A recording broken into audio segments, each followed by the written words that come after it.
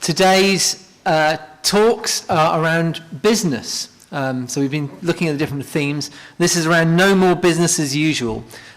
We have a selection of three great speakers on the topic.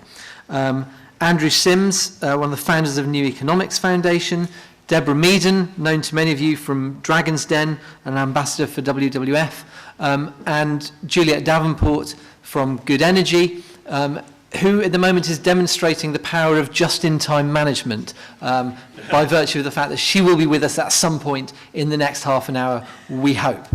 I'd like to kick off by introducing Andrew, who, as I said, is the founder of New Economics Foundation, and his latest book, Eminent Corporations, The Rise and Fall of the Great British Corporation.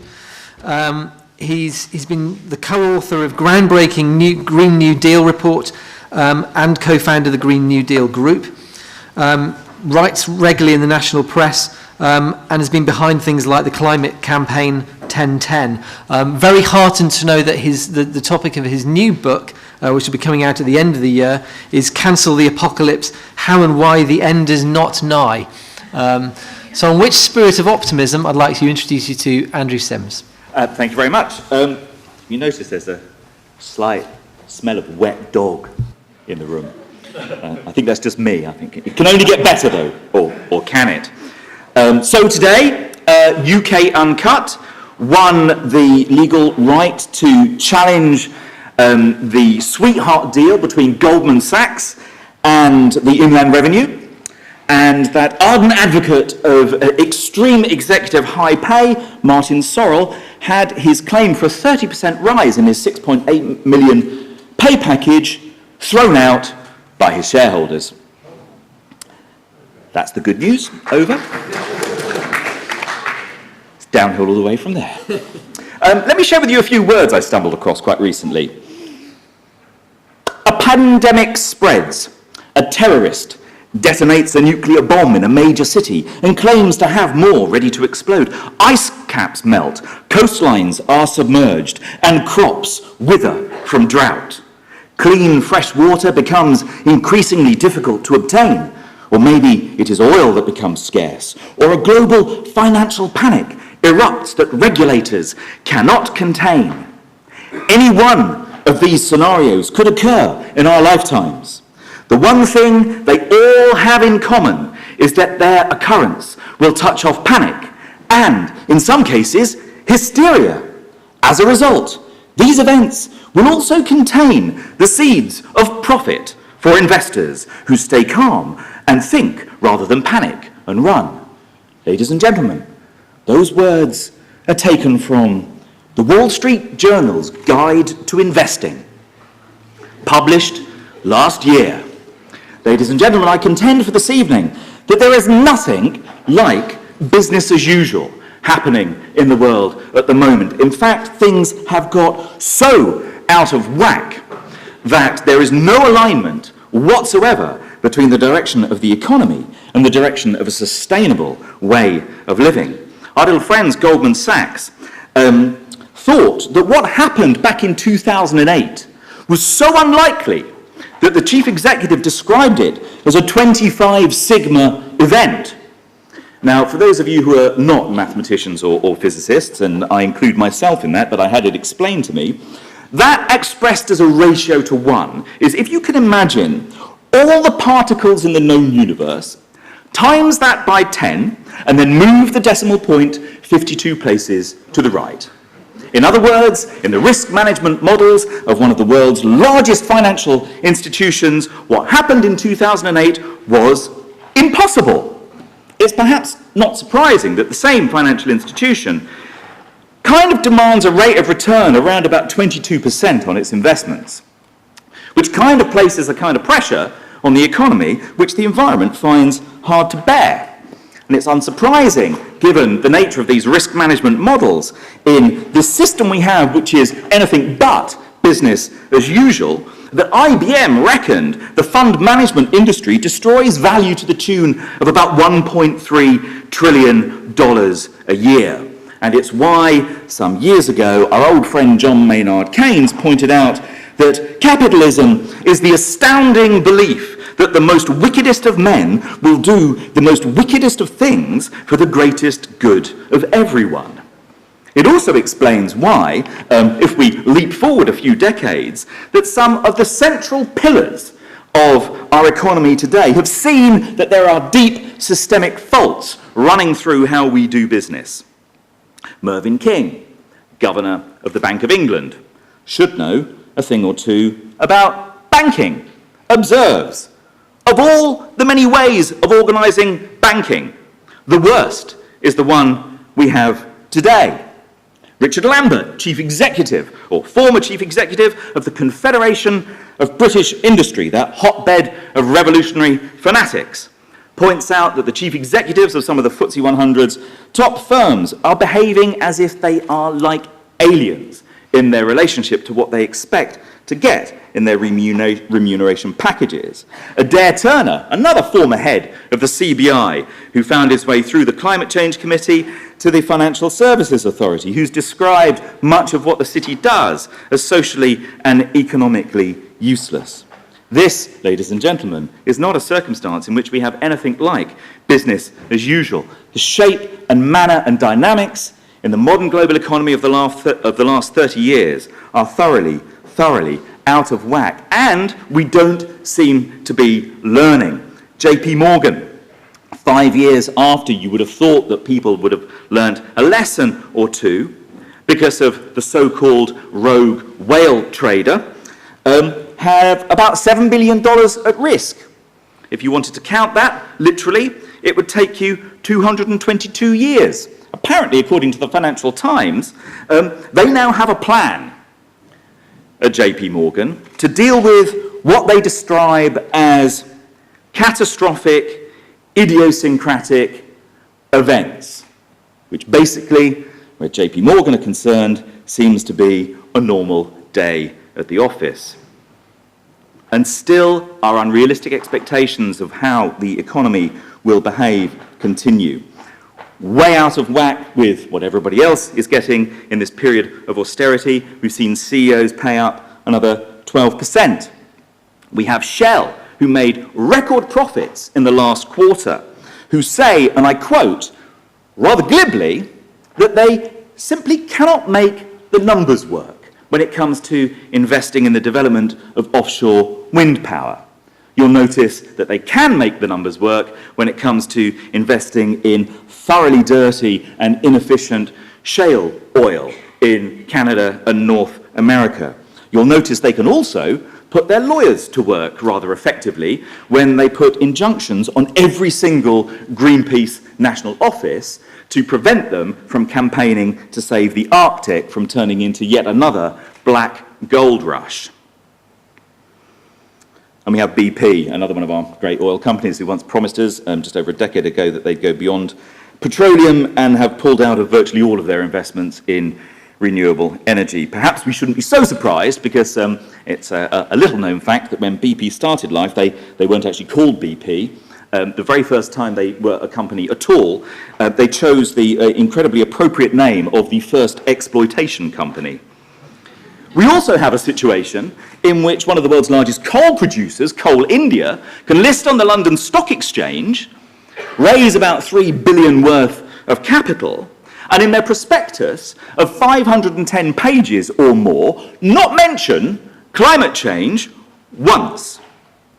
And we have a situation in which Mick Davis, who is the chief executive officer of Xstrata, one of the biggest mining companies in the world, has been thrown a little inducement of $46 million just to hang around while they merge with Glencore, one of the world's largest commodity traders. Perverse incentives all. Now, those are all important numbers, but here's some rather more important numbers to put it into context. About 10 days ago, we heard that for the first time, the concentration of greenhouse gases in the atmosphere rose above 400 parts per million. Well, apart from the fact that it's heading in the wrong direction and it should be heading down, not up, why is that particularly significant? Well, one reason it's particularly significant is that conservatively, the last time the concentration of greenhouse gases above the Arctic hit that level was over 800,000 years ago. Or put another way, before anything vaguely human set foot upon the landmass of the United Kingdom, where we have evidence of human habitation going back just 700,000 years. So that brings to mind the NASA climate scientist James Hansen's words that we are in the business at the moment of losing the climatic conditions in which human civilization emerged. And things are heading still the wrong way. The European Union, which is meant to be a global leader in action on climate change, saw its emissions rise 2.3% in the last year for which data is available, not fall. It should be going down. And James Hansen himself has looked at the way, the non-linear way in which the chances for meaningful action are slipping beyond our grasp. That's to say that had we been able to stabilize concentrations as recently as 2007, we'd have needed to cut emissions about 3% year on year. That didn't happen. If we wait and it starts happening next year, we plateau next year, the amount at which we'd have to reduce emissions would have gone up to 7%. If we wait until 2020, which is when many people think is the earliest date we're likely to get the next phase of the Global Climate Treaty, well then the rate we need to cut leaps to about 15%. Nick Stern, in his review on the economics of climate change, points out that the only time that advanced industrialized economies have got much above 1 or 2% is in times of absolute economic collapse. We have fossil fuel companies still prospecting for new resources when the science is telling us we can only afford to burn less than 1/2 of what is left in the ground. The rest, from a realistic point about our collective survival, is unburnable. Unburnable. Oil companies have to list their assets as proven and probable. Now's the time to introduce a new category, unburnable. What's our window for action? Well, we reckon that based upon the IPCC's estimates of risk, that to stay on the right side of the likelihood of us going above 2 degrees, that critical moment at which the environmental dominoes begin to fall, we've got about 54 months left to turn things around before the loading of the dice operate against us. And yet, what do we hear from our coalition government, or let's say the dominant partner within our coalition government, and let's be more specific and name the Treasury? We hear that the economy will not be sacrificed on the needs of environmental action. We must look over our shoulders every second to worry about the judgment of the markets. And when they say markets, what they really mean is a fairly small handful of major institutional investors who slosh money around. Now, we've heard this before, and Bristol's quite a good place to reflect upon that. We've heard it before when everything is crying out for something to be done. Every nerve and fibre of your being is telling you that a great injustice, a great immorality is occurring at a grander stage, and we're told that action is not possible because it will wreck the economy. We sit here in Bristol, and there was a sugar merchant called John Carey who once described slavery as the best traffic the kingdom doth have. And people who opposed the abolition of slavery said it could not happen because if it happened, it would destroy the economy of our island. Also born in Bristol, a man called Samuel Plimsoll, once described as the most dangerous man in Britain. Why? Because he saw that sailors were dying in their thousands because ships were being overloaded. And he campaigned ultimately successfully for the introduction of the safety load line on shipping. But he was told that the British Empire depended upon ship owners being able to do what they want, how they wanted it, and to introduce that progressive measure would wreck the economy. But as we look forward, it's useful to remember that it's so difficult to imagine the future being fundamentally different from now, which is crazy, really, because if you want to know how different tomorrow can be from today, look at how different today is from yesterday, and things which were once tenaciously grabbed hold of have been let go to make a better world.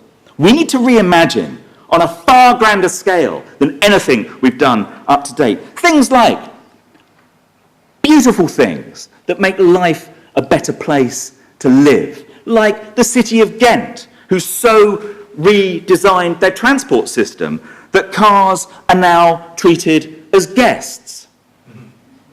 Places like Sagar Island off the Sundarbans in southern India, that's going 100% renewable.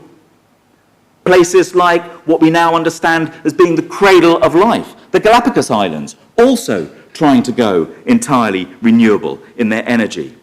A city in the United States like Detroit, once the definition of the internal combustion-driven, fossil fuel-hungry industrial economy, that's reinvented itself through urban horticulture.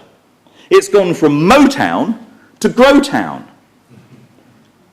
One of the most densely populated cities in North America, Manhattan, a study last year by Columbia University that pointed out it's actually got about 5,000 to 6,000 acres worth of space that it could turn over to community farming. High streets with empty shops. Let's reimagine those empty spaces as hubs for energy efficiency measures, for community growing initiatives. For time banks, Bristol, there it is, champing at the bit, ready to race ahead with the Bristol pound. Big it up for that when it comes out, something which helps the resilience of local economies.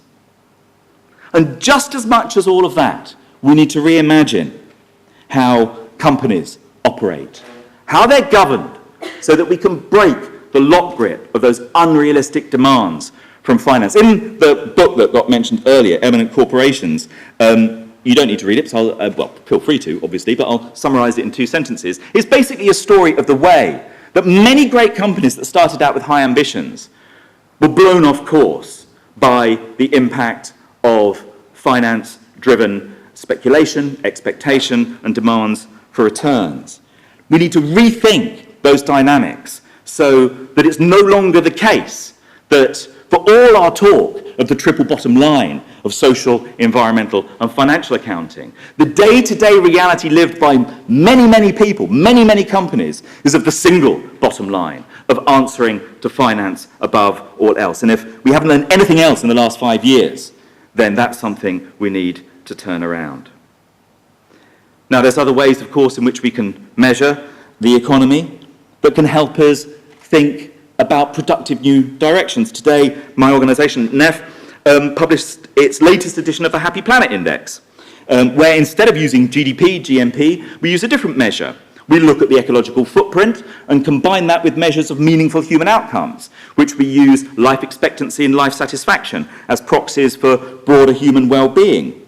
In that index, you get, in effect, a measure of the ecological efficiency with which we achieve meaningful, long, and relatively happy lives. Top of that list is Costa Rica. In fact, Latin America does really well across the board. They manage high life expectancy, high life satisfaction with only moderate ecological footprints. The UK comes 41st, just below Moldova. The United States comes 105th, below Turkmenistan. John Lanchester, who wrote a brilliant book about the financial crash of a few years ago, called Whoops, described what was done to hold the economy together then as being something like a war effort. I think we could look at something similar to both save the economy and turn it round and green it. We published a thing called the Green New Deal, where we started off with the kind of re-regulation of the financial sector that Franklin Roosevelt engaged in back in the 1930s to pull the economy back together then. And we've taken it further to try and imagine a great transition for the UK, in which we radically reduce our levels of consumption and energy use to get on a safe carbon path. And one of the ways in which we compensate for the lower consumption is by moving to a more equal society. And we modelled where we would go on the likes of Denmark, quite a convivial place to live by all accounts. The potential, the economic potential of doing this is immense. The International Labour Organization published a report a couple of weeks ago talking about the prospect of 60 million new green jobs, green collar jobs. On the 20th of June, when the Rio Plus 20 conference is going on, look up Festival of Transition on the website. We're organising events and happenings all around the country to do things at home rather than following the iron filings of the magnets of these big international efforts, but to get on and do something practical. But if we are going to have change, we need to tackle the sort of the folk wisdom that holds us back, that makes Osborne stand up and feel that he can say that he's not going to sacrifice the economy on the needs of environmental action. And I just wrestled, I'm just going to finish now, I'm going to wrestle to try and get my mind around the sheer wrong-headedness of that notion, the idea that environmental action is getting in the way of the economy. And I thought, how else could one describe that? What's that the equivalent of saying? Well, it's a bit for me like saying that Santa gets in the way of Christmas, or that presents get in the way of birthdays, that drink gets in the way of sating your thirst, or food to sate your hunger. It's a category error. It's a fundamental misunderstanding to think that environmental action is a block to the economy, because the environment is the prior condition and the parent company to the economy. It must be moved to its centre. And so, unlike our friends on the Wall Street Guide to Investing, and in this circumstance which is not business as usual, perhaps the best advice to investors is that we must stop treating the planet as if it's a business in liquidation. Ladies and gentlemen, thank you very much for listening.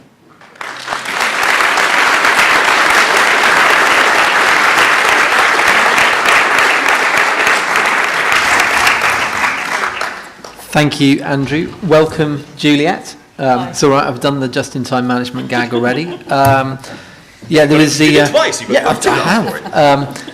It was interesting, the response to the Vickers report was published just today, and the Treasury used the word sustainable economy. And interestingly, there's not a single reference to sustainability in the entire 60 pages of the document. So it's quite interesting in terms of definition. Next speaker up is Deborah Meaden. She joined the panel of investors for Series 3 of Dragon's Den and has since invested in a number of businesses ranging from market research to online antiques valuations. Most recently, she stepped in to acquire Fox Brothers, a historic textile firm based in the southwest, which was on the verge of closure. In 2009, accepting a role as an ambassador for the WWF, world's leading environmental organisation, Deborah actively supports environmental charities and initiatives.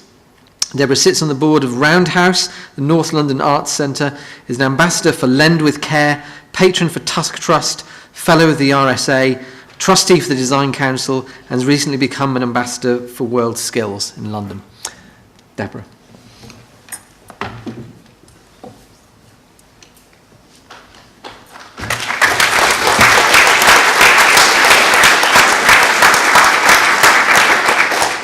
Actually, I don't mind the silence. I always think you have to earn the clap, but thanks for the clap up front anyway. Let's see what you do at the end of it. I've got to say, I could have listened to... Can you hear me?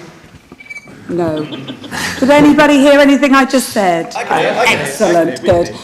Before I start talking to everybody, how many business owners do we have here?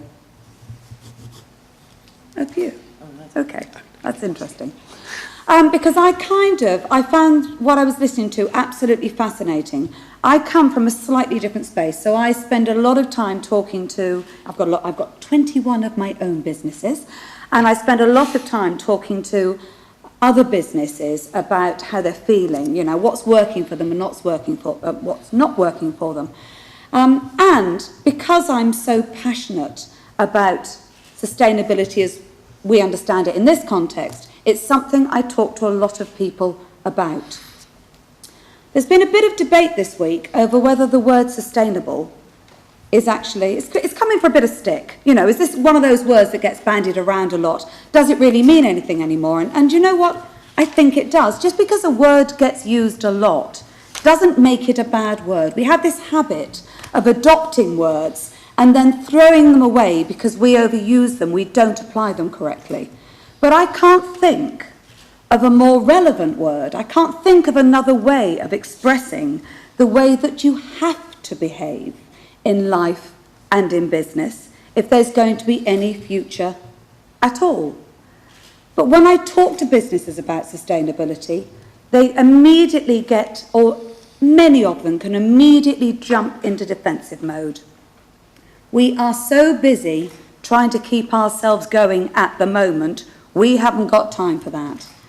As you can imagine, I don't let them get away with that, because I would say it would be a crazy person and a crazy business that sat in a boardroom and made a decision that everybody agreed was totally unsustainable and was going to lead to the demise of the business.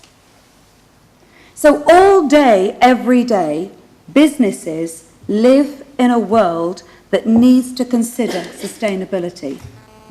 The issue is that the reference points they use are back to money, profit.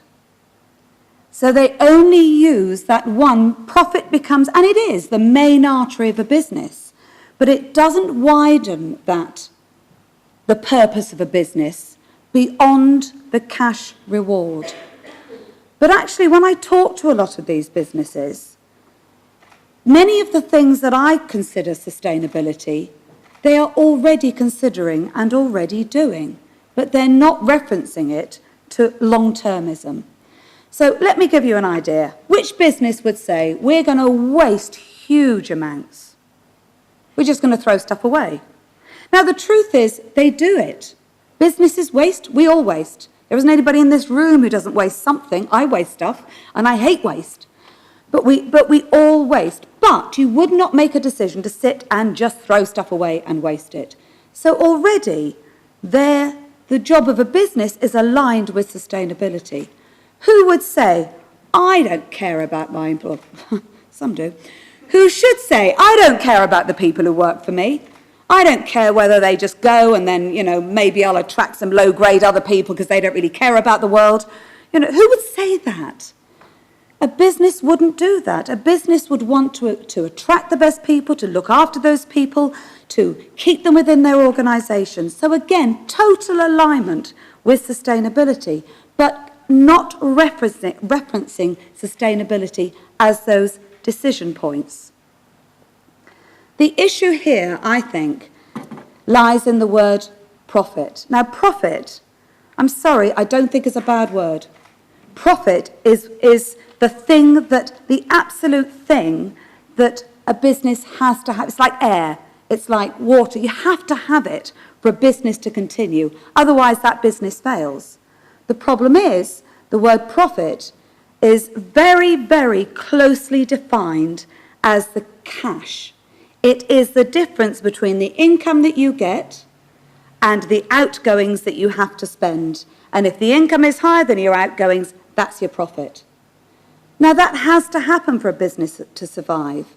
But surely, profit should be better described as the outcome that you set out to achieve from the business that you're working in. And therefore, it can widen from not just the cash, but to say, but I want the people within this organisation to feel worthwhile. I want to make sure that we create so many jobs. I want those jobs to feel stable. I want to make sure that our carbon footprint is not only under control, we are reducing it rapidly, not just on a slow, step-by-step, give us 20 years and we'll get there basis, but we are going for it. And once you start talking about those things, as those are the outcomes that are required in this business, and that actually I consider the profit of this business. That's what I actually gauge my success on. If we can get to that point, then, well, actually, a lot of businesses are at that point, but then sort of lose all of the bit around it and just at the end of the day start talking about their profit. I think there's a reason for this, and we are all responsible for it. When I talk to a lot of the small businesses that I'm involved in, often I see a difference between family-run businesses who very much understand long-term because they are working for the future, they're working for their children. They get it. But when you talk to about certainly a lot of the big corporations who are employing managers who are quite short periods of time they're going to be in their roles, their whole issue it has to be pretty short-term because those organisations actually measure them on short-termism, and therefore their sustainability window is a different window to the family business's sustainability window. So a family business will worry about its next generation. Somebody working for somewhere, probably they're going to be working for 2 or 3 years, their sustainability window is just 3 years. And until we actually build a structure in that starts saying it is not good enough to do your job well for the 3 years that you're there and not care about what happens afterwards, then we will never get into the longer term approach, because that's all sustainability is. If we all genuinely believed that the world was going to stop in 11 months, we would, everybody, not just the people in this room, because I know I'm speaking to the converted in here, but everybody in the world would change their behaviour if they knew that was what's going to happen. The problem is, nobody really believes it's going to affect them in their lifetime, and that is the selfishness of human nature, because they can't see it, because it's not going to affect them now, then they can't see it. Now, family businesses, once we start looking forward and start thinking, looking at the people around us and thinking, this is going to affect you, looking at the children and thinking, hold on a minute, I'm borrowing from you. I'm not just borrowing money from you because we're lumbering them with debt, I'm borrowing air from you, air quality, I'm borrowing green spaces from you because of the way I want to live my life, I'm borrowing that from you. And until we can get more people to consider that and look forward and lengthen their vision so that they understand sustainability isn't just about how long they're in their job, it actually means the effect it's going to have on generations into the future, then we will never get genuine change within business. I think there's another issue here. Sustainability feels very much to businesses like something that is being done to them. Government legislation absolutely has to play I think the government legislation has to play a part in triggering change, but it cannot drive genuine change, because genuine change is driven by value and belief. I actually slightly differ, I'm afraid, Andrew, on something that was said earlier. Because I actually don't think the rules of business do change. Business is fundamental, it's very, very simple. And I actually think if you look back 200 years ago, we would see a group of people doing very similar things that we're doing today in a different way, but very similar things. Business is simple. It's not easy, it's simple. You have got to identify a market that wants to buy your product or your services in enough quantities to make it viable at a price that you are able to supply it. That's it. And that is what business has been doing for hundreds and hundreds of years. That doesn't change. What does change are the mechanics that work within those businesses and the values. Now, the mechanics of a business are always driven by legislation, by the current state of the economy. Those are the things that tell a business how it has to overcome things, how it has to deliver things. And that's the mechanics. That's not really held about beliefs. That's just saying, right, we've got to get from A, we've got to go to B. How are we going to do that? That's the mechanics of it. And those mechanics will have changed because legislation will have changed, technology will have changed, many things will have changed. Business hasn't changed, but the way we do it has. What does change, and what is the really, really exciting thing, is values. Now, our values drive, believe it or not, I think we're beginning to understand that, but the value of the customer, that's the value of the people, is what really drives behavioural and thought change within an organisation. Because for a long while, I believe that there was a bit of being led by marketers. Listen, I'm a marketeer. A little bit of being led by the nose by marketeers, being told things. But actually, we understand a lot more now. The more we know, the great news is, the more we care. The more we care, the more we demand from the people that we are buying products or services from. And when our values change, then it forces the businesses that we are transacting with to change, because not only are we customers of all of those businesses, I'm a customer of millions of businesses, but I also am a supplier to you and to millions of other people. And all the people that work within my organisation, they are customers to other businesses. But as their values change, they actually bring that back within my organisations as well. They start telling me, it matters to me the way we behave. It matters to me that we're wasting things. It matters to me that we are just not, we're not dealing with sustainability issues. I'm chair of a business called Economy. I only mention it because it's a great example of how internal behavioural change within a business or an organisation can really, really drive a business to rethink the way it's operating.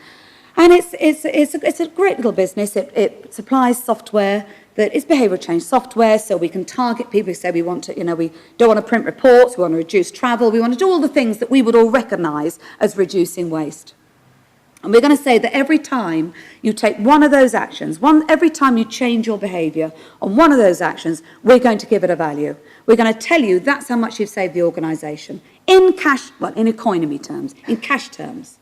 Easy to understand cash terms. The organisation could therefore say, because of that behavioural change, this is the benefit to the organisation. But the organisation can then also say, but I'm going to split that benefit, and I'm going to give you half of that benefit to spend as you think on charity or social or projects, whether it's putting solar PV on the local school's roofs, you can spend that money within your local community. Now, this is quite new, but the uptake has absolutely blown us away. It's a very simple thing to understand, but it was what I was so pleased to see was that it was almost like the people working within the organisations, and we're working with some very big organisations, were waiting to be able to do something. That's it. That's brilliant.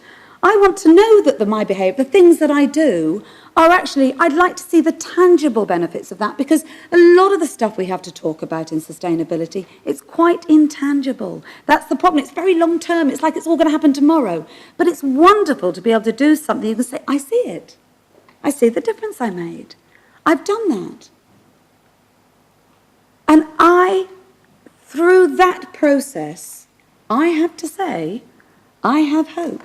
Because what then happens is that suddenly the people who have actually bought Economy in, probably to satisfy a little bit of their CSR, begin to realise this matters. This actually is important, and then actions follow behaviour. And I'm a great believer in that. It's amazing how if you behave in a certain way, even if you're made to behave in a certain way, your beliefs follow. Because you start thinking, that felt good. I did something, that made a difference, that felt good. And you start talking about it, you speak to your line managers, suddenly it's on the agenda in the boardroom, and without even making a point of it, people start feeling and behaving differently. Because we will not succeed as long as we have sustainability as a point in the boardroom. That's a failure. It shouldn't be a point in the boardroom. It shouldn't even be on a board agenda. Trust me, it's on every board agenda that I sit on because we're not there yet. We shouldn't have to separate it.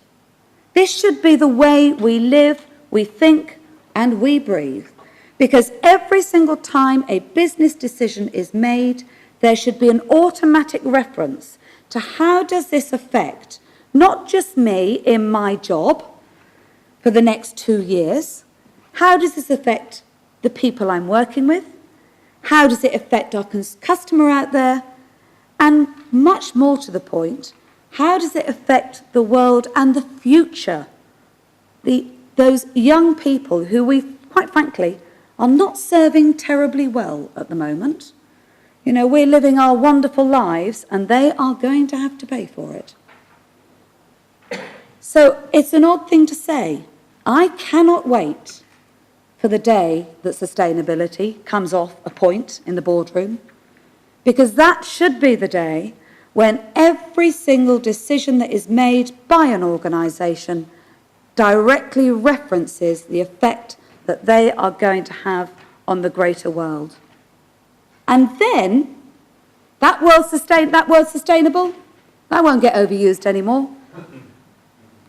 Thank you very much. I've had my 2-minute warning. Thank you.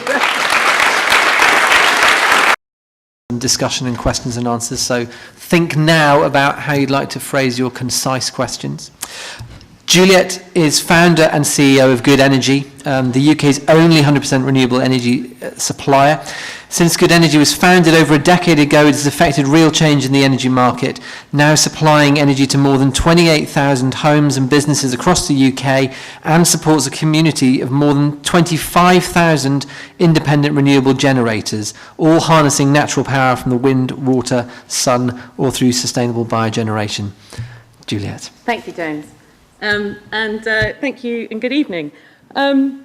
It's really interesting trying to give a speech because you always try and work out where you start from. You can write as many speeches as you like, but kind of you've got to make it relevant to where you end up. And what's really interesting about being in this chamber, I don't know whether you all feel quite odd facing each other and whether you actually want to start talking to each other or not, or debating politics. But actually, it was somewhere a bit like this that I first decided really to start Good Energy, or start something like Good Energy, or the concept came to me. I was sitting in the House of Commons, and you guys can pretend you're Conservatives. That might go down very badly, but think about it. And you can be the Labour Party. And I don't think the Lib Dems really existed. They might be over here somewhere. And at that point, this was back in the early 1990s, and I'd just come back from Brussels. I'd been working on energy policy in Brussels, bit enthusiastic, really keen to come and see what was happening in the UK. And the whole debate was about new energy technologies. And I'm not very good at mine, but imagine sort of rather large file about that big. New energy technologies, district heating, CHP, solar, wind, all being discussed, okay? Sat in there, sort of really excited, this is going to be a great debate. Okay, it was possibly the worst experience of my life. The debate descended into a slagging match, obviously, because it's the House of Commons, and it's quite an aggressive, I don't know how you feel, but it's quite aggressive sort of thing. I was used to sitting in the European Parliament where they have a big circle and they're terribly nice to each other sometimes. But this is a terribly aggressive sort of process. And essentially it descended into an argument between the nuclear power lobby and the coal mining lobby.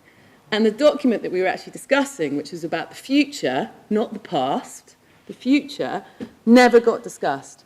And I think it was at that point that I felt ultimately depressed about the state of British politics, and ultimately depressed about the state of kind of the movement in the energy market and what was actually happening. And really wanted to bypass the whole process and go directly to consumers. And that's really where Good Energy came out of. One of the exciting things is actually we're up to 35,000 small generators and 29,000 customers, and hopefully we should make some new announcements on that later. So it's a kind of really growing business at the moment, and it is fantastic. But I'm cheating and going with slides because it kind of gives me a bit of a rest between, well, you can look at the picture. But what I want to talk about is the energy market. And that's sort of the introduction really is about the sort of where the politics, in my view, of the energy market were in the early 90s. And to a certain extent, we haven't moved a huge distance from then. Today, we do have better renewables policies. We do have more renewables and things. But I think it's 99% of the UK electricity market is still supplied by 6 large players. And they tend to own some very large power stations. And essentially, we have a centralised, distributed power market. That means you're going from a small number of very large players and very large power stations to lots of individuals. When you have that, and what you also have to remember is that they are also owned by different countries, effectively. So we have Électricité de France, the Frenchmen. We have E.ON and RWE, the Germans. We have Scottish Power, the Spanish, slightly paradoxically. SSE and British Gas, the British. And so you've got a sort of a marketplace that most people, when they buy their electricity or buy their gas, would not consider what is going on in this sort of international political debate and how complex it is indeed. and how we've managed to allow the power to be so centralised and for very few people to decide what actually is going to be invested in the UK and how it's going to work. And what's really interesting is if I kind of sat here and asked all of you in terms of what do you think, how big a process do you think you have in terms of what is the next power station that will be built in the UK and what type of generation it will be? Do you feel that you've got any say in that whatsoever? No. And what I'm going to hopefully tell you is a bit of a story where I think actually we're getting much more position in there and there is a chink of light at the end of the tunnel. But basically, we are dominated by 6 large players and we have very little say in terms of what is built, how it's supplied and what price we pay for it. And I think what's really interesting is that historically customers have been very disengaged in terms of where their powers come from. And for probably years and years, we've kind of not really worried. There's an electricity bill, maybe it goes out of my DAD account. As long as I can switch the lights on, they work. That's fine. And as long as I can turn my gas cooker on again, and it works. I think one of the things, that there are various things coming together now that are beginning to get people's awareness. And the key thing is the price of energy. I think the price of energy, we talked to some social housing organisations who are really concerned that the price of energy is going to exceed the rents they charge their tenants. And this is a real kind of change for people, as suddenly the social housing market can control and look after the housing. They can't control the prices their tenants are having to pay for the energy to heat those sites. And I think this is a real change about. I think we're getting much more, the headlines that are going out, you begin to hit the front pages, which I would say that's a build-up over the last 5 years. One of the things, again, though, where the power companies, I would claim, are very cynical is that I'm sure you've heard there's been various reports in the news that power prices are going to go up again and gas prices are going to go up again. And that essentially is a warming up of the market. That's to kind of make you all feel that it's going to be normal when they do put their prices up. And then, whoops, next year when they announce very large profits, oh, that was just because it was a cold winter. So there is a lot of language and there's a lot of manipulation of the press as well that people have to understand when they're looking at this, because you've got 6 very large companies who it is their job to make money out of this marketplace, and they will do what they need to do that. Now, it's not just their fault, to be honest, because the politicians do have something to do with this, and they have to take part of the blame in this. It's very easy for politicians, and particularly civil servants, to only talk to 6 people. If you have to do a consultation and actually you only need to chat to 6, it's much easier. If you had to talk to all these nightmarish small players who kind of probably disagree with everybody else and want to change the way things work, that's a real hassle. So the market really has been always, we've got large centralised players dominated by large 6, and actually it's a lot easier. If you have lazy politicians, they don't really want to go and talk to anybody else. They just want a nice life and to get on and make the policies that makes them the headlines. We've got 2 policies going through at the moment, which I've put the acronyms up there. One is called the electricity market reform, the biggest market reform, but in my small brackets, since the last market reform we had. This market reform is basically making the market more complicated. Now, anybody who has ever run a business, or just in general life, when things get more complicated, people who have less resources tend not to get involved. It's a bit like a videotape recorder. The more complicated it gets, the less people are going to use it in terms of the timing and setting the clock and everything like that. And it's exactly the same in this market. The more complicated it gets, the easier it is for the big 6 to make their lives easy. Something called the retail market reform, which, has this been recorded? Okay, well, I can't say it then. But essentially, the retail market reform was put in place to slap one of the large 6 against their particular predatory pricing.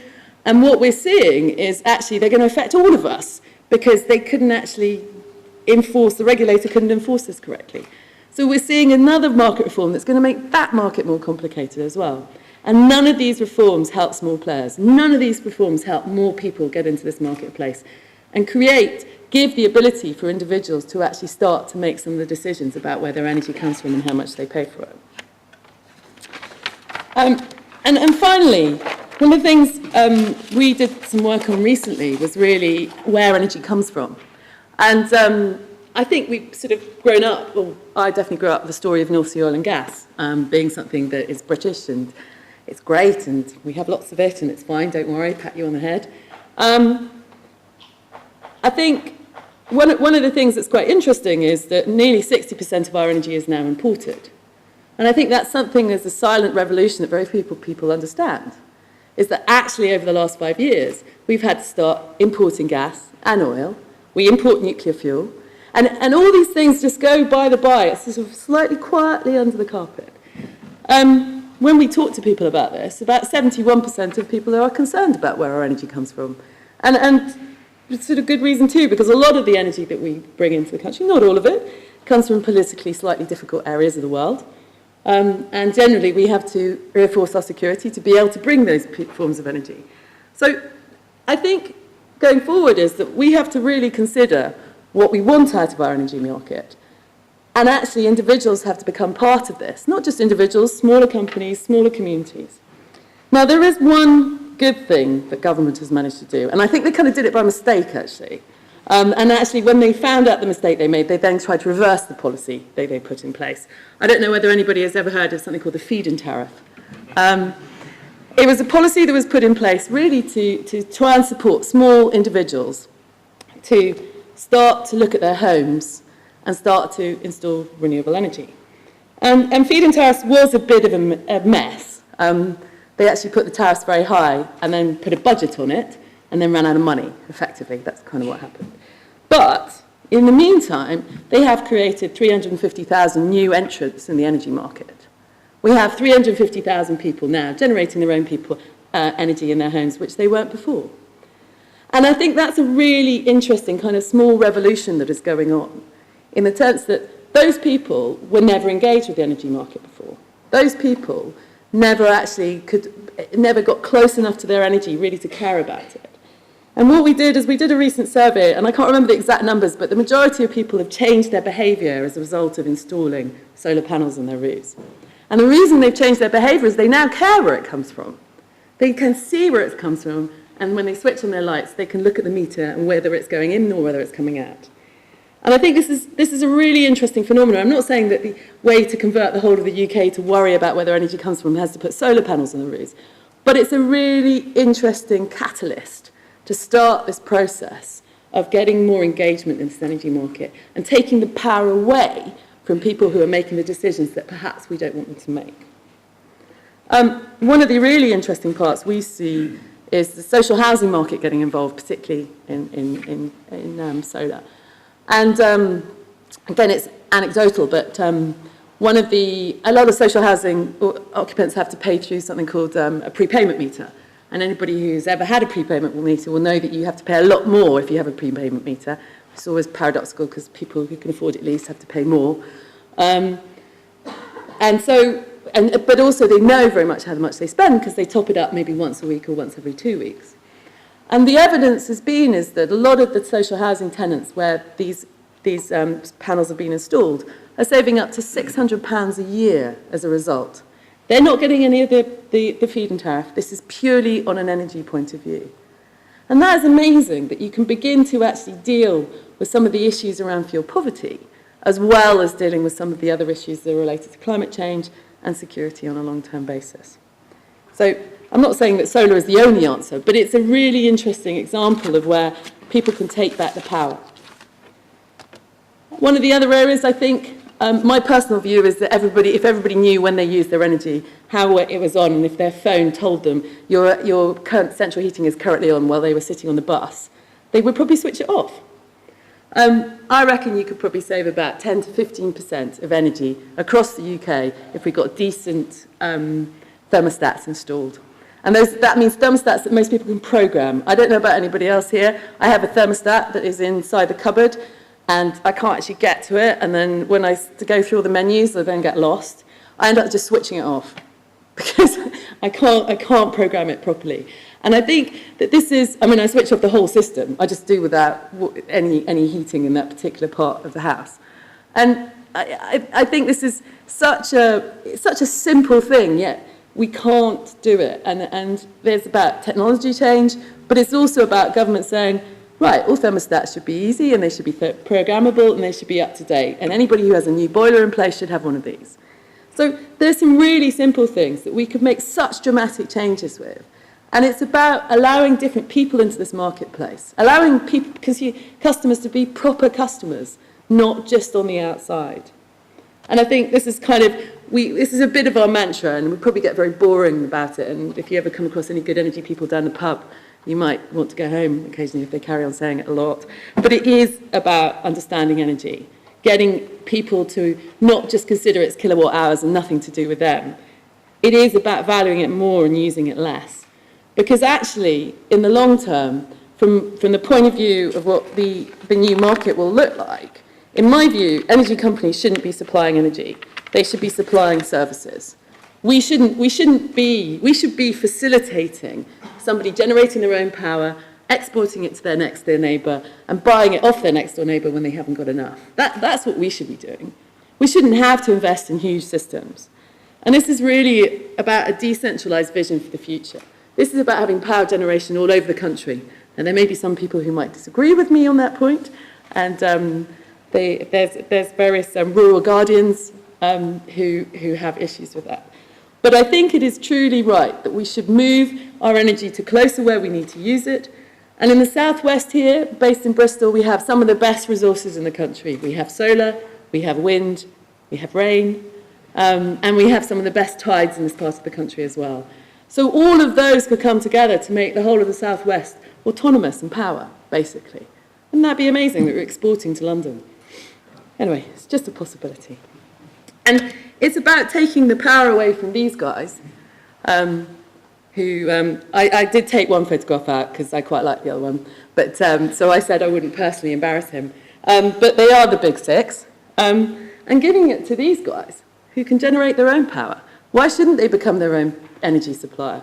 Why do we have to just have 6 of us?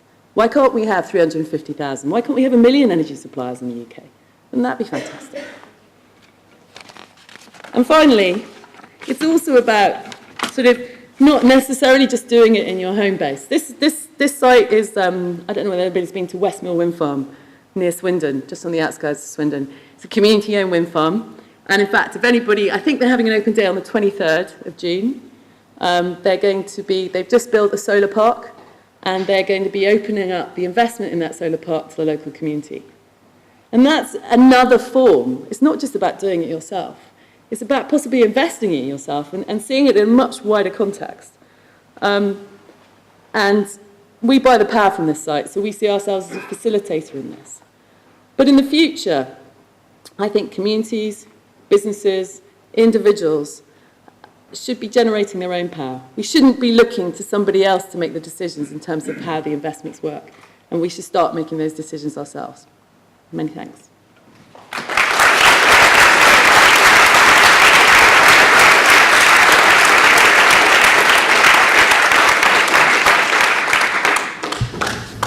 Thank you, Juliet. We'll now take some questions and answers. I'm sitting on this wonderful throne today, which kind of makes me feel all powerful. So it's my house rules, which is 15 seconds for questions, 5 seconds for points. Let's think about that. Anybody who mentions Italy, Croatia score, even inadvertently, will be automatically disqualified. I think there are some roving mics. I'm thinking that there are. Yes, there are. So we'll try and take things in batches of 3. See how that works out. So, first questions, gentleman in the green shirt there, lady at the back, the grey, and gentleman in the yellow shirt.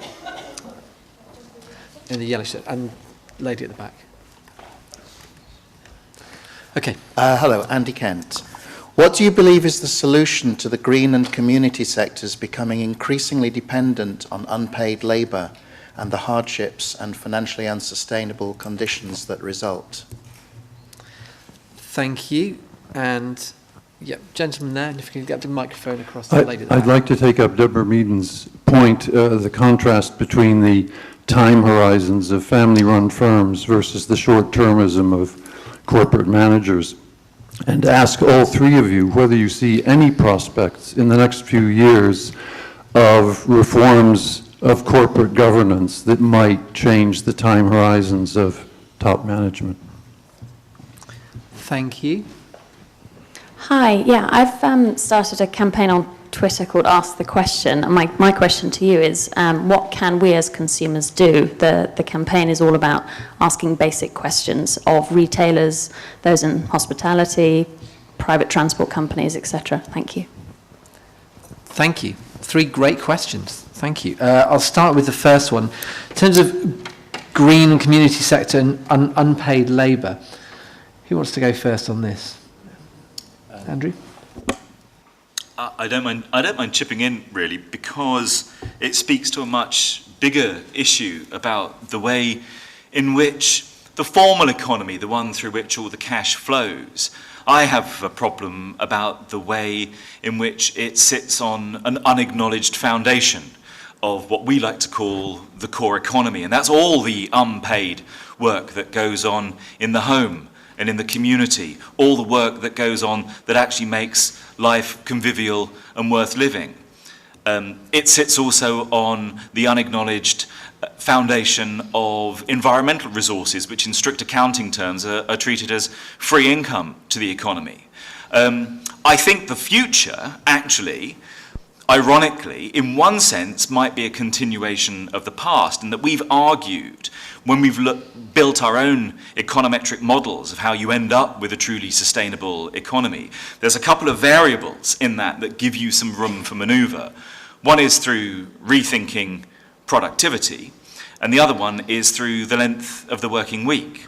And I think if we had a sort of social settlement, if you like, a social contract in which much of the work which is unacknowledged, undervalued, was more acknowledged and valued, and we designed our society in such a way that it was supported, we could all move to a shorter working week in which we could do more stuff for ourselves, come back to your point over here, have to spend less time running around buying stuff and services that other people do for us, and move towards the nature of the transition economy and the golden old green economic vision of repair, reduce, reuse, recycle. So I think we need to turn it round. We need to kind of invert it and create a society in which it's the old cliche, isn't it? Who goes to their grave saying, I wish I'd spent more time at the office. I'd quite like to spend more time, not necessarily being paid, but being able to support myself. Thank you. I think we'll go to the next question, which I find a fascinating question around what is it that you can do to actually kind of help companies look more to the long term? What maybe in the incentives or the culture that's formed can actually kind of promote that? Deborah, have you got thoughts on that? Well, it's interesting. Thank you. Okay.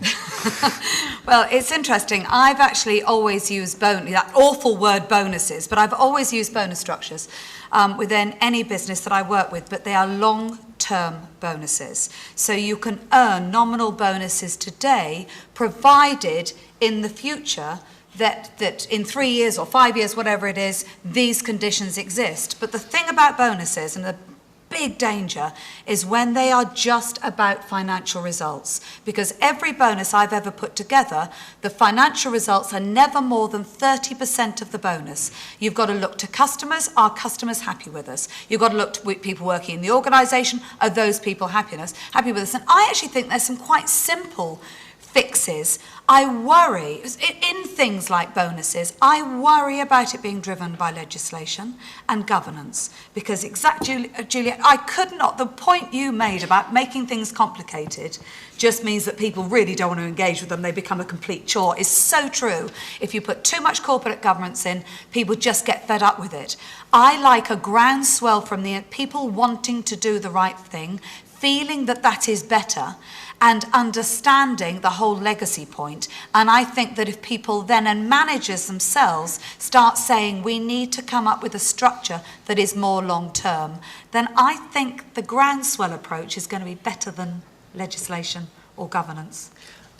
Thank you. I might just want to bring Juliet in here, because Juliet, you've built up a business. It's owned by shareholders, but it's got a different relationship. Where are you along that journey? I think it's really interesting. I'm trying to work out exactly what we do and how you might be able to replicate that in another business. I mean, I think the first thing we started off was a very clear vision of what we're trying to do. We believe that climate change is dangerous, and we believe we should do something about it. That's actually the core vision of the company, so that we test everything we do against that. And I suppose, first of all, it makes decision-making very easy, actually, both short-term and long-term. So you can work out what not to do, because actually when you start a business, particularly in quite an exciting sector, lots of opportunities come towards you. So it can help in not just the sort of long-term vision, but also in terms of getting you started, keeping you focused, and working out what you're actually going to do. I think then you try and build that. I mean, you could put it into the articles, I suppose, in terms of when you set up a company, if you wanted to preserve that. But obviously articles can be changed. I think Deborah's right. I think building that into the culture of the business, so that, I mean, I found over time, I think probably hiring people is one of the most difficult things you do in a business. And I've found over time that if you put the wrong people in who don't have the culture of that business, or don't have the ability to change the culture of the business, they get rejected, they kind of leave. And actually, if you build into the culture of the business from the beginning, which the DNA is set by whoever sets up the business, if you build that very strongly and make sure you build in kind of that in terms of how you hire people, then it naturally forms itself. And I think if you have a strong vision and then you put that through in terms of who you bring into the business, that will actually bring that through naturally. That's great, thank you. Maybe just to go through the panel in terms of that last question, what can we as consumers do?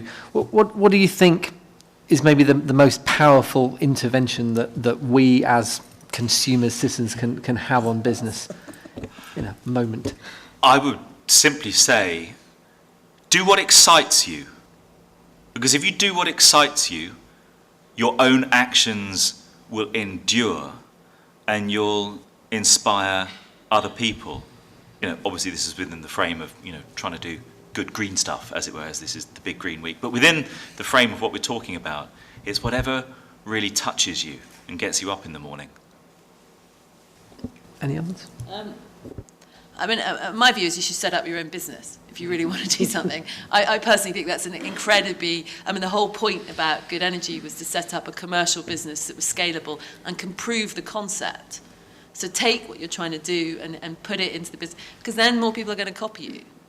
And actually you can inspire other people to do that. I also completely agree with Angie, is that you should do what you enjoy doing as well. I mean, one of the things I love doing is coming to work. I really love coming to work. It's so exciting.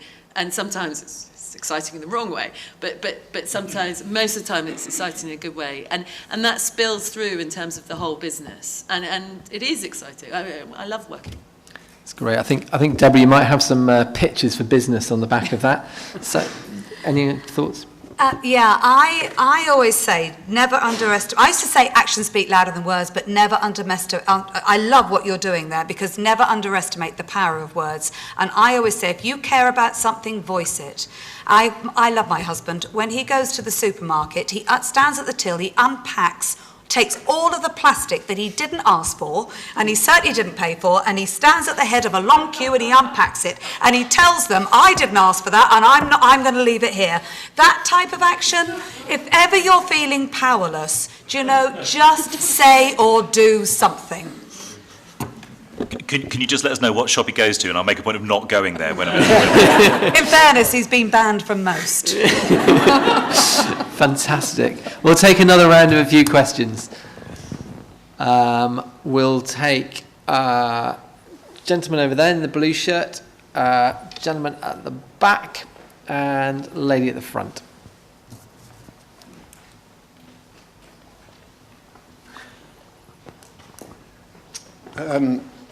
Fritz Schumacher wrote his book, didn't he, about small is beautiful, and I was trying to apply that to business, and I can see that small-scale business can be sustainable, can serve the local community, doesn't have to grow, but international business, globalised business, I can't see ever becoming sustainable. I'd like your comments, please.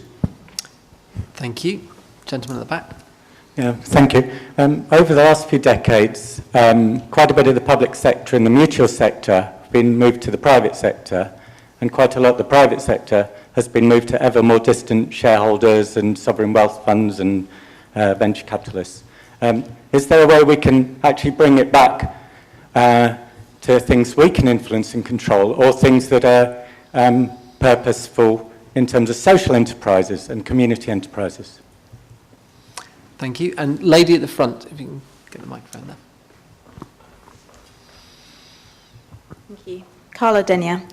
I'm interested in your three and our ability to change things. So the three of you have quite unusual values or attitudes for the areas you're in: energy industry, economics, and entrepreneurial business. In your areas, do you feel like an outsider or an insider or straddling the boundary? And how do you think the others in your area view you? Is it the same? Thank you. Let's start with small is beautiful, and maybe Andrew, if I turn to you first, because it seems like in your recent book that there is something around sort of the big corporation, and does it necessarily mean that as you grow you go bad, and if so, or if not, what would be the sort of the immunity to that? Thank you. Yeah, and I am, I suppose, I should admit, on record as having been not very nice about the UK's largest supermarket, Tesco, on a few occasions. And linking to the third question about how we are seen in that particular sector, I think not very fragrantly would be the answer to that. From the perspective of the work that NEF has done on local economies, and we've run an awful lot of sort of peer-to-peer micro and small enterprise coaching, which has been sort of enormously successful. And we definitely have a view that resilient economies are diverse, that they have a lot of small players.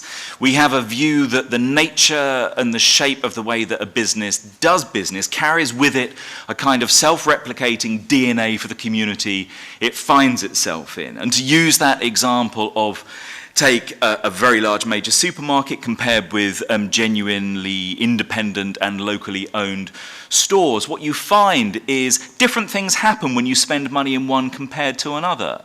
When you spend money in a genuinely local store, that money is more likely to feed into other small local businesses, is more likely to stick in the local economy and endure and expand and benefit local people. You also find that with the business models that differ and the customer interactions between the big supermarkets and the smaller stores. I mean, I know from having researched it that the big retailers, you have a bit of a standard script on the checkout. There's only a certain amount of interaction you can have with someone. There's a kind of social glue that comes with the more rooted businesses. And local businesses also, a lot of research has shown that in difficult times, they're more likely to hang around. It's not the first moment that the demographics don't hit what the shareholders expect. They don't up sticks and go. They have a different kind of relationship to the local place. And of course, the other way in which it matters is in terms of the sense of place and identity that local places have. That people might have seen some reports that we did at NEF called Clone Town Britain, where we charted the way in which, in a creeping way over the last few decades, in many circumstances, you could stand on any high street in Britain and you might be on any other high street in Britain. We think this really matters because it's about quality of life as well. So from an economic point of view, from a social glue and community cohesion point of view, and from a distinctiveness and sense of place point of view, and resilience, I think it's very important. And I think there is a paradox of the way that the market operates, that the more sort of aggressive a market economy you have, the more you need the checks and balances to prevent suffocating, dominating monopolies from emerging.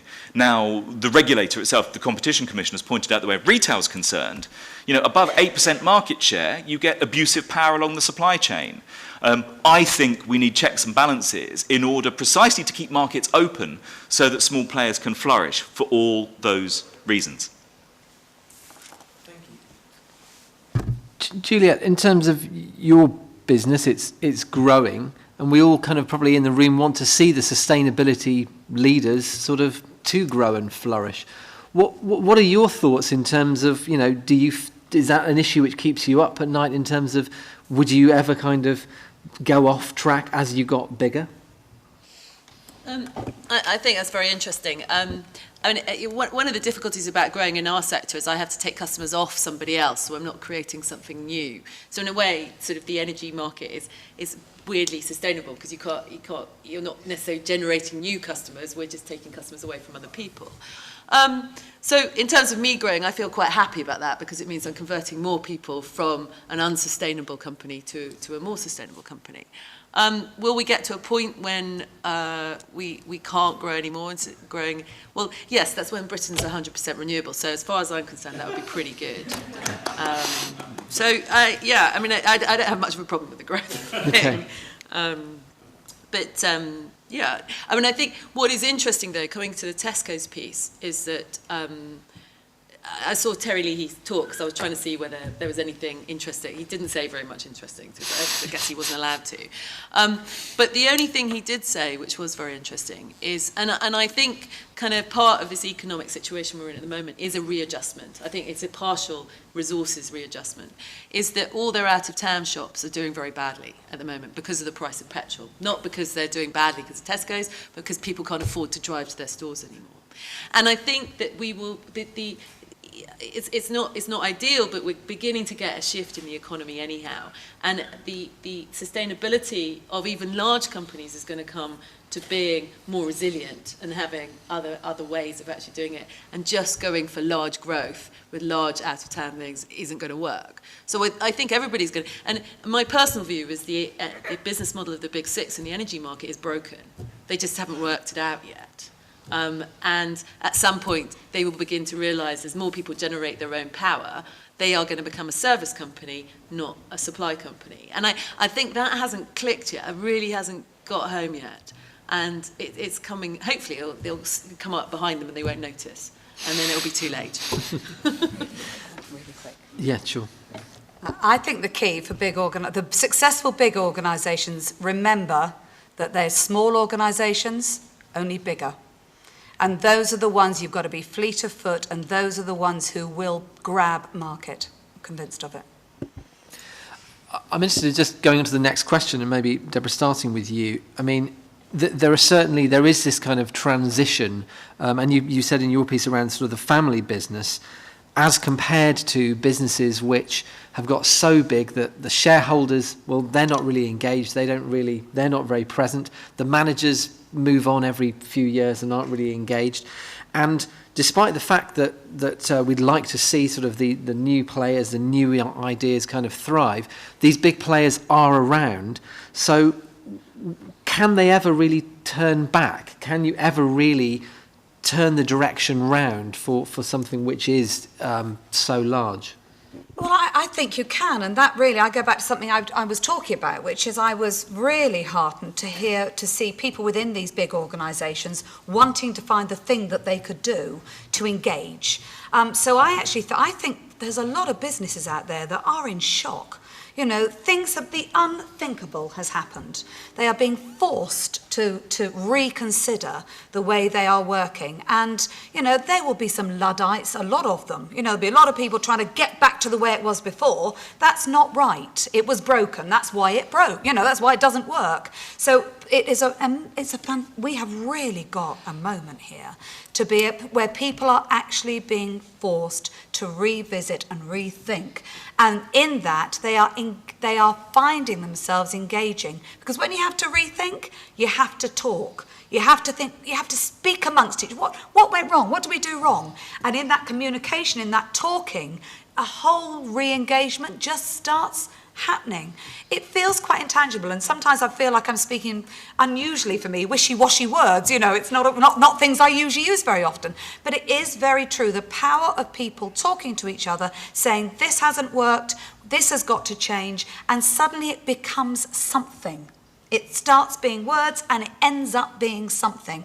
And I think big organisations which are in shock are embracing it. They have to.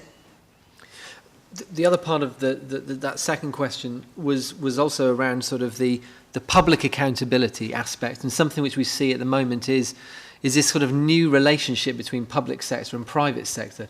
Andrew, I wonder if you had any sort of views in terms of how can that be done in a healthy way? That is it's a very good question, and it's a very big question. I think ultimately, one of the things which NEF has worked on a lot over the years is finding different ways to measure and evaluate the real contribution of different kinds of economic activity. And I think we only win this game ultimately by moving the goalposts a bit. Like I said earlier, we've had the language of triple bottom line accounting for a long time, and yet in reality on a day-to-day basis that doesn't exist. And one thing would be about realigning some of the reward and incentive structures. And we use a technique, for example, called social return on investment, where we try to capture the social and environmental value as well as the kind of straight profit of any particular activity. And interesting things happen when you do that. And just to give you a little bit of a flavour and how that might speak to the kind of the public-private coming together, we compared some different professions. We looked at children's nursery workers, recycling workers, and hospital cleaners on the one hand, and compared them with tax accountants, city financiers, and indeed advertising executives. And we looked at and we measured the kind of social and environmental value of the different professions. And what we found, generally speaking, that where the nursery, recycling, and hospital cleaners were concerned, there was a broad return of averaged around about 10 to 1, the amount that they were paid for the value that they created more broadly for society. The story was not quite the same where the bankers and the tax accountants and the advertising managers were concerned. The bankers and the advertising managers, there was an inverse relationship of about 1 to 10, value destroyed, broader value destroyed.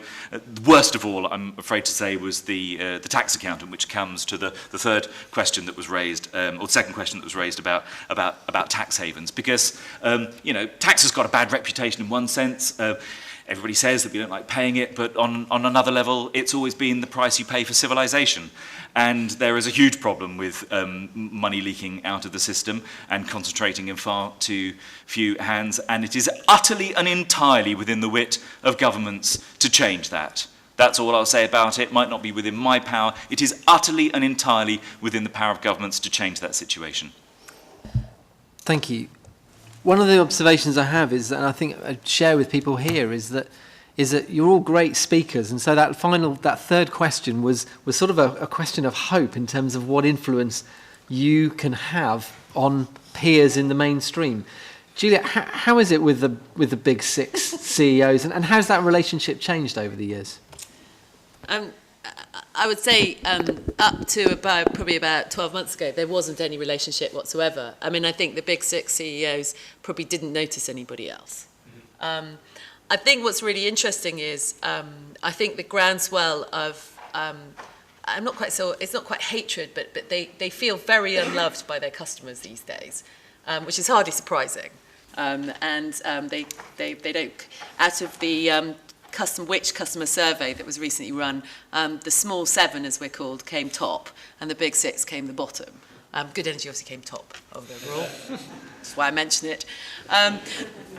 But I think it's a really interesting point, is that they realise that they can't get away with it anymore, and they're having to engage and be seen to be engaging. So I actually I've been invited to dinner recently with the Minister and the Big Six. And it is an extraordinary experience. It's a sort of almost out-of-worldly experience. And first of all, you realise that none of them agree with each other. They don't really like each other, which I suppose isn't that surprising, but you kind of put them all in the same bag. They've all got their own insecurities. They've all got their idiosyncrasies because they all come from different countries. And I would say they're beginning to listen now. And I think they realise that sort of politically they can't block this market anymore, mainly because they haven't got the balance sheet to actually invest. They've got probably 50% of the balance sheet that is required to make the investment that needs to keep the lights on for the next 20 years. So there are going to have to be new entrants in. And they're having to engage in that process and how that's going to happen. And so I suppose we've seen a shift. I'm not sure how they see me personally. I'm probably slightly annoying. And why is she speaking now again? But other than that, they shake my hands occasionally. Deborah, out of sheer curiosity, did you ever have conversations with Duncan Bannatyne and Theo Fafitas about sustainability? Well, I did, and here's where there's hope. When I first joined drag, I think I've been in drag for about 6 years, and I can't remember. Something came on the Den that was. Oh, I know. I remember what it was. No, I'm not going to go into it, but it was a good idea, not too well executed. And I kept saying, "Why? I think this is of the future," and they just thought I was loopy. They just thought it was, oh, come on. But the fantastic thing is, in the last 6 years, Theo has been working with the Carbon Trust, and they've completely there wasn't a moment where they all suddenly changed, but they've just evolved. And I feel like if there's a panel of 6 business people from very wide ranges of businesses who started off thinking, what is she going on about? And now actually, are in there competing in the Den with me on sustainable businesses. I'm a bit annoyed actually. No, I'm not. I'm absolutely delighted. I think also, my position, business isn't one thing. I'm not in the energy industry. So I don't compete with somebody in their particular, so there aren't a group of people who do what I do thinking, oh, I don't really want her to, get under our skin or agitate us, which I hope you do very well. I'm sure you do. So it's not competitive in that way. And therefore I get a sense of people feeling like, well, here's somebody we can talk to who's in business, who will understand the things that we want to do, but the barriers we're feeling are in our way. And that is the general sense that I get. I really don't get much, people always open their doors and are happy to have the conversation. And there is a general puzzlement over, with the economy as it is, and I'm worried about things, and I'm worried about my business, have I honestly got the time and the resource to do this? And spending a bit of time chatting with them, they generally have. That's great. I think actually on the basis that that's such a sort of an uplifting and natural kind of time to draw things to a close, that's where we'll leave the questions and answers. I think one of the observations that I've got is from the question from the lady there around sort of what we can do. It is really about having the conversations, that businesses are all just full of people, and people are the only things which are ever going to change things. It's been a real pleasure to hear from our speakers. I'd like to thank them in the normal way. Deborah Meaden, Andrew Sims, Juliet Davenport.